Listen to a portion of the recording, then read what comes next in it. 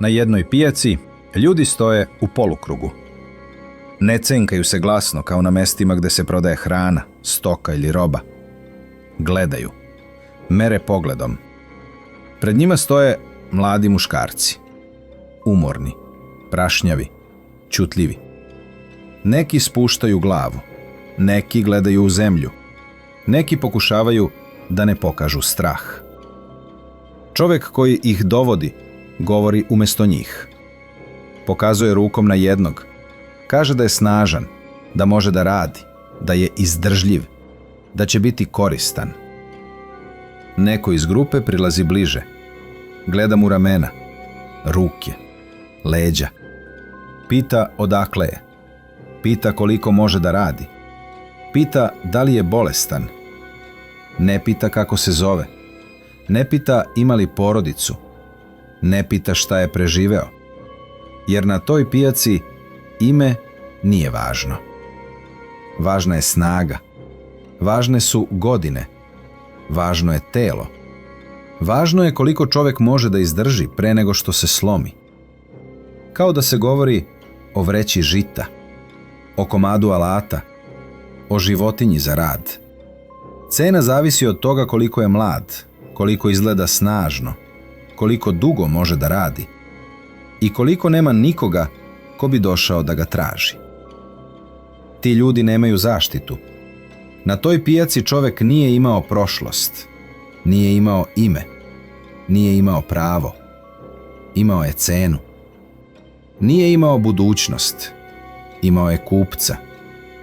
Nije imao sudbinu u svojim rukama, imao je vlasnika. Možda sada mislite da govorimo o nekoj davnoj epohi, o vremenu pre zakona, pre kamera, pre međunarodnih organizacija, pre sveta koji za sebe tvrdi da je civilizovan. Možda mislite da govorimo o srednjem veku, o starim carstvima, o kolonijalnim lukama, o nekoj mračnoj stranici istorije koju je čovečanstvo odavno zatvorilo. Ali problem je u tome što ne govorimo o srednjem veku, ne govorimo o davnoj prošlosti. Govorimo o Libiji. O Libiji posle smrti Muamera Gadafija. O Libiji posle oslobođenja. O zemlji koja ima naftu, gas, luke, dugu obalu Mediterana i milijarde dolara bogatstva, a u kojoj se, posle raspada države, ljudi prodaju kao životinje na stočnoj pijaci.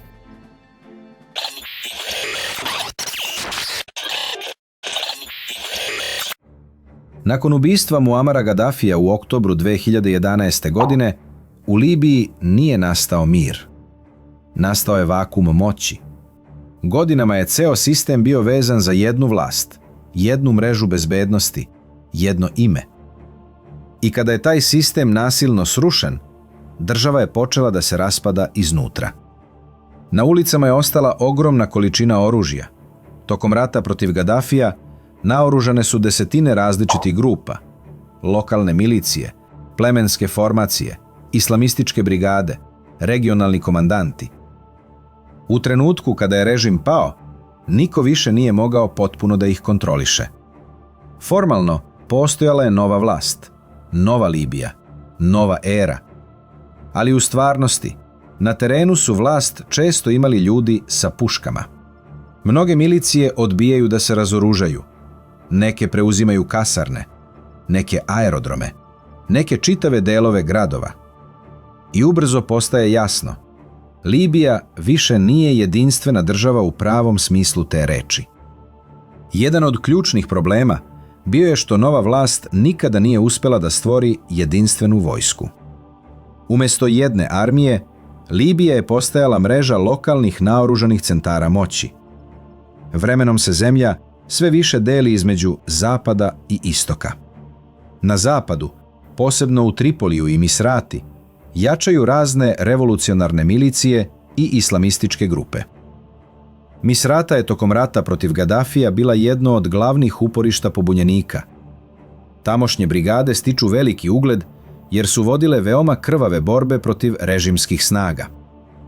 Posle rata, te brigade ne nestaju, Naprotiv, one zadržavaju oružje, komandnu strukturu i teritorijalnu kontrolu.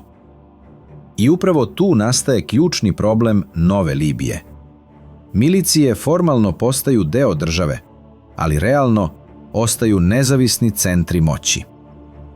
Neke dobijaju plate od države, neke ulaze u ministarstva, neke formalno postaju bezbednosne snage, ali na terenu često odgovaraju sopstvenim komandantima, lokalnim interesima ili ideološkim mrežama. Nekada se sukobljavaju, a država pokušava da ih balansira umjesto da ih potpuno razoruža, jer nema dovoljno snage da ih ukloni. Među tim grupama nalazile su se različite frakcije. Neke su bile lokalne i pragmatične, dok su druge bile povezane sa muslimanskim bratstvom ili tvrdim salafističkim strujama koje su sponzorisane od strane Katara i Turske. Na istoku zemlje raste nezadovoljstvo tim grupama. Mnogi oficiri bivše vojske, plemenske strukture i deo stanovništva počinju da podržavaju čoveka koji će postati ključna figura istočne Libije, halifa Haftar. Haftar je zanimljiva figura. Nekadašnji Gaddafijev general, kasnije protivnik režima. Godinama je živeo u Sjedinjenim državama, a onda se vraća u Libiju tokom haosa posle 2011. godine. Iza njega su vremenom stale države koje su imale svoje interese u Libiji, pre svega Egipat. Za Kairo, istočna Libija nije bila daleka tuđa zemlja. To je granica. To je bezbednosno pitanje. Egipat je posle pada Gaddafija gledao na haos u Libiji kao na direktnu pretnju. Naoružane grupe, džihadisti, šverc oružja, otvorena pustinje između dve zemlje. Sve je to za egipatsku državu predstavljalo noćnu moru. Zato je Haftar za Egipat bio koristan saveznik. Drugi veliki oslonac bili su Ujedinjeni Arapski Emirati. Abu Dhabi je u Haftarovom projektu video nešto šire od same Libije. Za Emirate, posle arapskog proleća, glavni neprijatelj nisu bili samo džihadisti u uskom smislu. Glavni neprijatelj bio je politički islam, posebno muslimansko bratstvo i mreže povezane sa Katarom i Turskom. Treći važan akter bila je Rusija. Rusija je u Libiji videla priliku da se vrati na Mediteran i da dobije uticaj u zemlji koja ima ogromne rezerve nafte i strateški položaj. Tu je i Saudijska Arabija. Rijad je slično Emiratima gledao na Libiju kroz prizmu borbe protiv muslimanskog bratstva. Saudijska podrška nije uvek bila javna i direktna kao kod drugih aktera, ali se često pominjala kao deo šireg arapskog bloka koji je bio naklonjen Haftaru. Haftarova strana predstavljala se kao vojska koja se bori protiv terorizma i haosa. Njegovi protivnici su tvrdili da je to pokušaj stvaranja nove vojne diktature. Zemlja se deli između dva političko-vojna bloka. Jedan centar moći nalazi se u Tripoliju koji je međunarodno priznat, drugi na istoku zemlje pod Haftarovim uticajem. Rat između njih bio je haotičan i brutalan. To nije bio klasičan rat dve uređene armije. Borile su se milicije, plemenske snage i različite ideološke frakcije. Frontovi su se često pomerali, savezi menjali. Nekada bi isti grad bio saveznik jedne strane, a zatim prešao drugoj. Jedan od najvažnijih trenutaka dolazi 2019. godine. Haftar pokreće veliku ofanzivu na Tripoli. Njegove snage približavaju se glavnom gradu. Mnogi tada veruju da će zauzeti ceo zapad zemlje. Borbe oko Tripolija bile su teške. Artiljerija, dronovi, vazdušni udari, ulične borbe. Hiljade ljudi napuštaju svoje domove. Ali onda dolazi do velikog preokreta. Turska otvoreno vojno pomaže snagama u Tripoliju. Turski dronovi, vojni savjetnici i sirijski islamisti koje Ankara podržava postaju važan faktor na frontu. Efekat se brzo video na frontu. Haftar je do tada imao inicijativu, ali turska pomoć menja ravnotežu. Dronovi, bolja koordinacija i nova oprema omogućavaju snagama Tripolija da pređu iz odbrane u protivnapad. Haftarove linije oko glavnog grada počinju da pucaju. Njegove snage se povlače iz zapadne Libije, gube važne položaje, a ofanziva na Tripoli se lomi. Do sredine 2020. rat se zaustavlja na liniji Sirta i Džufre, strateškom pojasu između zapada i istoka zemlje. To je trenutak kada postaje jasno da Haftar neće zauzeti Tripoli. Drugim rečima, ni jedna strana ne može da pobedi do kraja.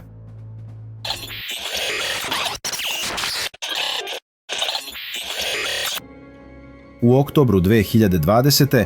potpisuje se primirje.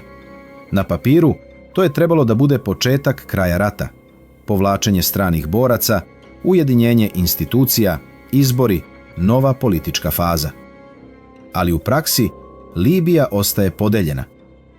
Formira se nova prelazna vlast sa idejom da zemlju dovede do izbora 2021. godine. Međutim, izbori se odlažu i nikada se ne održavaju. Razlog je jednostavan. Svaka strana se plaši da bi izbori mogli da legalizuju pobedu protivnika. Haftar ne želi da izgubi ono što kontroliše na istoku i jugu. Vlast u Tripoliju ne želi da preda institucije. Milicije ne žele da izgube novac i uticaj. I tako se politički proces pretvara u još jednu libijsku blokadu. Libija danas ima dve vlasti. U Tripoliju ostaje vlada Abdulhamida Dbejbeha, međunarodno priznata, ali zavisna od milicija koje kontrolišu delove glavnog grada. Na istoku ostaju strukture povezane sa parlamentom u Tobruku i Haftarovom vojskom. Haftar kontroliše veliki deo teritorije, istok, delove juga i važne zone oko nafte, ali nema međunarodno priznanje da vlada celom Libijom. Tripoli ima priznanje i institucije, ali nema punu kontrolu ni nad svim oružanim grupama u sopstvenom gradu. To je suština današnje Libije. Jedna zemlja, dve vlasti, mnogo milicija i ni jedna centralna sila dovoljno jaka da nametne red svima. Između te dve zaraćene struje, Tripolija na zapadu i Haftarovog bloka na istoku, postojala je i treća senka nad Libijom. Saif el-Islam Gaddafi. On nije imao vladu, nije imao vojsku kao Haftar, niti je kontrolisao institucije u Tripoliju, ali je imao prezime koje je u zemlji umornoj od haosa ponovo dobilo političku težinu. Za vlasti i milicije nastale iz revolucije 2011. godine, Saif je bio simbol starog režima i čovek čiji bi povratak značio poništenje njihove pobede. Za Haftara je bio druga vrsta problema. Mogao je da privuče upravo one ljude koji žele red i jaku državu, ali ne žele da taj red dođe kroz novog vojnog vladara. Njegova podrška nije bila vezana za jednu teritoriju, već za rasutu mrežu gadafističkih i plemenskih uporišta. Sirt, Bani Valid, delove juga i sve one koji su razočarani novom Libijom. Zato Saif nije bio ni zapad, ni istok. Bio je simbol izgubljenog poretka. Čovek bez armije, ali sa imenom koje je i dalje moglo da pokrene mase. A kada je ubijen i kada su se na njegovoj sahrani okupile ogromne mase ljudi, prema nekim izveštajima i stotine hiljada, postalo je jasno da gadafističko sećanje u Libiji nije nestalo. Možda je bilo potisnuto, razbijeno i proterano iz zvanične politike, ali je i dalje živelo među ljudima koji su u haosu posle 2011. godine počeli da gledaju unazad.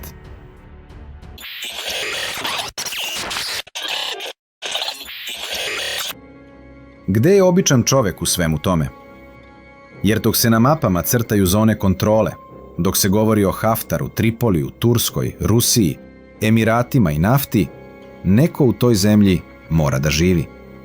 Neko mora da ustane ujutru, da ode na posao, da kupi hleb, da pokuša da podigne novac iz banke, da pošalje dete u školu, da se nada da se pucnjava neće ponovo približiti njegovom kvartu. Libija danas nije zemlja u kojoj se svuda živi isto. To je možda prva stvar koju treba razumeti. Nije cela Libija ruševina. Nije cela Libija front. U Tripoliju postoje kafići, prodavnice, automobili, restorani, telefoni, internet, ljudi koji pokušavaju da vode normalan život. U Bengaziju, na istoku, također postoje delovi grada koji su obnovljeni, ulice koje funkcionišu, porodice koje žive svakodnevicu, deca koje idu u školu, ljudi koji rade. Ali ispod te slike normalnosti stalno postoji osjećaj da je sve privremeno. Jer država nije stabilna. Ako se dve milicije posvađaju, običan čovjek ne može da pozove državu da ga zaštiti. Ako izbije sukob oko aerodroma, banke, ministarstva ili neke kasarne, čitav kvart može da se pretvori u zonu straha. I zato je život u Libiji život između normalnosti i haosa. Jednog dana grad izgleda kao bilo koji drugi mediteranski grad. Drugog dana čuje se pucnjeva. Jednog dana ljudi sede u kafićima, drugog dana zatvaraju radnje, jer se ne zna ko kontroliše ulicu. U takvom sistemu ljudi uče da preživljavaju. Ne pitaju previše. Ne ulaze u tuđe sukobe. Znaju kojim ulicama je bolje ne prolaziti. Na istoku zemlje, pod Haftarovom kontrolom, slika je drugačija. Tamo je više vojnog reda, manje haotične konkurencije između milicija kao u Tripoliju, ali taj red ima svoju cenu. Haftarov sistem počiva na vojsci, bezbednosnim strukturama, plemenskim savezima i lojalnosti komandnom centru. Za neke ljude to znači veću sigurnost, manje uličnog haosa, manje otvorenih borbi između grupa, ali za druge to znači strah od vlasti, pritisak, kontrolu i manjak prostora za političko neslaganje. Drugim rečima, na zapadu čovjek često strahuje od haosa milicija, na istoku od vojne vlasti i bezbednosnog aparata. I u oba slučaja, običan čovjek nema osjećaj da živi u normalnoj državi. A onda dolazi svakodnevica, struja, voda, novac, hrana, bolnice, škole. Sve ono što u stabilnim zemljama ljudi uzimaju zdravo za gotovo. Libija ima naftu, ima novac, ima resurse, ali to ne znači da običan čovjek ima stabilan život. Nestanci struje su godinama jedan od simbola libijske svakodnevice, posebno leti, kada temperature postaju nepodnošljive. U zemlji koja izvozi energente, ljudi sede u mraku. Klima ne radi, frižider ne radi, pumpe za vodu ne rade. Radnje rade koliko mogu. Porodice se snalaze generatorima, ako imaju novca za njih. Oni koji nemaju, čekaju. Sa vodom je situacija također krhka. Libija je pustinska zemlja. Veliki deo snabdevanja vodom zavisi od ogromnog sistema koji je još u Gadafijevo vreme građen da dovodi podzemnu vodu iz unutrašnjosti prema obali. Ali kada država oslabi, i takvi sistemi postaju ranjivi. Kvarovi, nestanci struje, lokalne blokade, loše održavanje, sve to pogađa obične ljude. Nije svuda isto. Neko ima vodu redovno, neko ima povremeno, neko mora da kupuje vodu. Ali osjećaj je isti. Ni osnovne stvari više nisu potpuno sigurne. Hrane uglavnom ima. Libija nije zemlja u kojoj se danas masovno umire od gladi. Prodavnice postoje, roba stiže. Nafta donosi novac, uvoz funkcioniše, makar otežano. Ali problem je cena, problem je plata, problem je vrednost novca. Problem je to što ljudi imaju novac na papiru, ali ne mogu uvek lako da ga podignu iz banke. Ljudi gube poverenje u banke. Ko ima pristup devizama, vezama ili milicijama, prolazi bolje. Ko živi od obične plate, osjeća da mu život klizi iz ruku. Zato se u Libiji često ne radi samo o tome da li hrane ima. Hrane ima, ali pitanje je ko može da je plati? Ko može da kupi lekove? Ko može da popravi kuću? Ko može da pošalje dete na lečenje? Ko može da živi bez veze sa nekom grupom, plemenom ili komandantom? Zdravstvo je posebno pogođeno. Bolnice postoje, lekari postoje, Ali sistem je oštećen godinama rata, korupcije i podela. U nekim mestima nedostaje oprema, u nekim lekovi, u nekim stručni kadar. Oni koji imaju novca pokušavaju da se leče u inostranstvu. Škole također rade, ali deca odrastaju u zemlji u kojoj je normalno da se politika rešava oružjem. To je možda najdublja rana. Jer postoji generacija Libijaca koja je rođena posle 2011. godine i nikada nije videla stabilnu državu. Za njih su milicije normalnost. Kontrolni punktovi normalnost. Podeljene vlasti normalnost. Nestanci struje normalnost. Posebna tragedija Libije jeste sudbina migranata. Posle raspada države Libija postaje jedna od glavnih ruta za ljude iz Afrike i drugih delova sveta koji pokušavaju da stignu do Evrope. Svet je 2017. godine bio šokiran snimcima i izveštajima o takozvanim pijacama robova, gde su migranti prodavani za prinudni rad. Međunarodna organizacija za migracije je još tada govorila o uslovima koji liče na tržišta robova, a snimak iz 2017. dodatno je skrenuo pažnju sveta na taj užas. I to nije bila samo jedna izolovana priča iz prošlosti. Problem trgovine ljudima, zlostavljanja migranata, prinudnog rada i zatvaranja u užasnim uslovima nastavio je da postoji. Kada država nestane, ne stradaju samo njeni građani. Strada svako ko se nađe na njenoj teritoriji bez zaštite. Da, Libija i dalje eksploatiše naftu. I ne samo to, proizvodnja je poslednjih godina ponovo porasla. Nacionalna naftna korporacija objavila je da je 2025. dostignut najviši prosečni nivo proizvodnje u poslednjoj deceniji, sa ukupno više od 501 milion barela sirove nafte te godine. Ali pitanje nije samo da li se nafta vadi.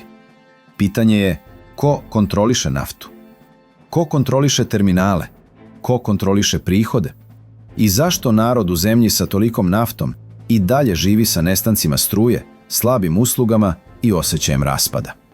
Libijski naftni sektor formalno vodi Nacionalna naftna korporacija, ali na terenu naftna polja, luke i terminali nalaze se u zemlji podeljenoj između suparničkih centara moći.